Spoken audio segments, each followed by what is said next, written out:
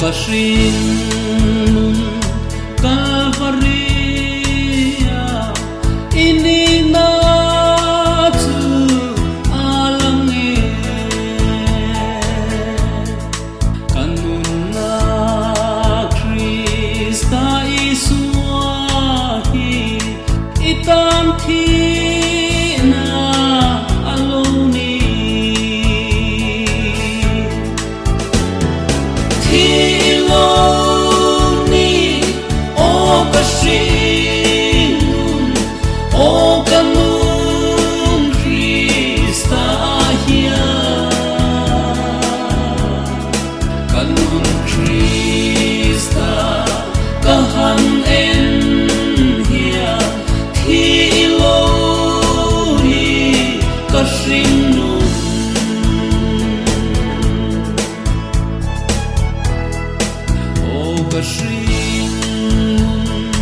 Irem ruahi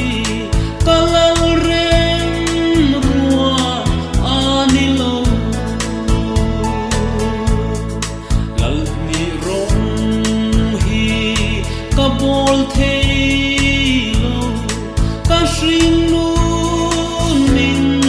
sol san ro ini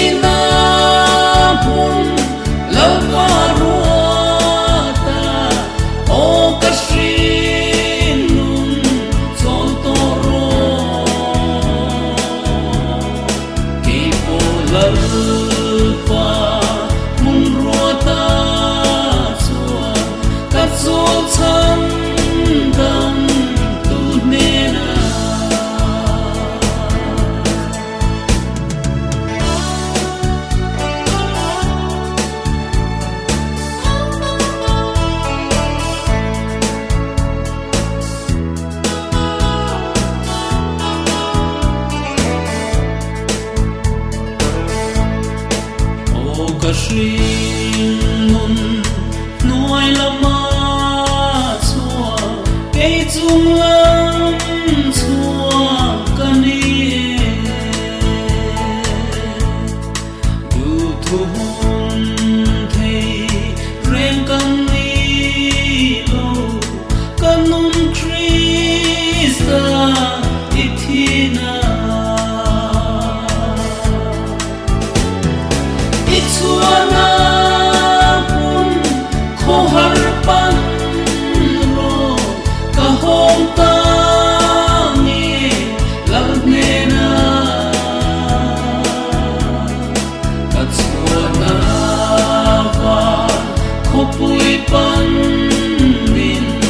mantra mai le sing nun Suana pun kohar pan ro kahong tangi lalnena kat suana va khopui pan min mantra mai le sing